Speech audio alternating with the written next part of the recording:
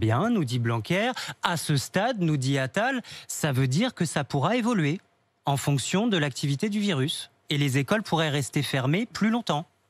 Vous savez, ce virus, nous découvrons chaque jour les variants et leur progression et leur comportement. Vous n'excluez pas donc une fermeture prolongée des écoles, au-delà du 26 avril ou du 3 mai? Mais comment exclure quoi que ce soit ? Encore une fois, je vous dis, c'est un virus que nous ne connaissons pas. Donc à ce stade, effectivement, les écoles sont fermées pour 4 semaines, dont 2 semaines de vacances. Est-ce que d'ici là, on va en profiter pour vacciner les enseignants? Nathalie Elimas. Alors le président de la République s'est exprimé très clairement sur ce sujet. Le ministre Jean-Michel Blanquer l'a rappelé hier.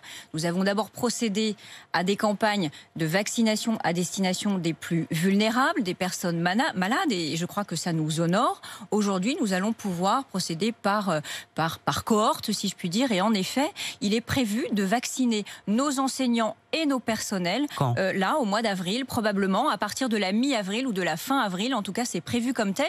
Il faut évidemment avoir les doses, il faut définir le périmètre, quand je parle des personnels, voir qui est concerné par cela, et ensuite, évidemment, les vacciner. Mais en tout cas, c'est bien prévu pour le mois d'avril, je vous rassure. C'est prévu, mais bon, c'est prévu dans 15 jours ou un mois. Et ce que je comprends, c'est qu'on ne le fait pas dès demain parce qu'on n'a pas encore les doses nécessaires.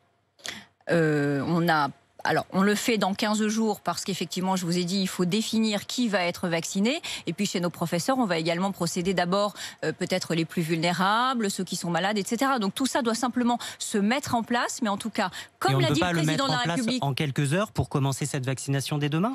je pense Ou c'est un problème de dose?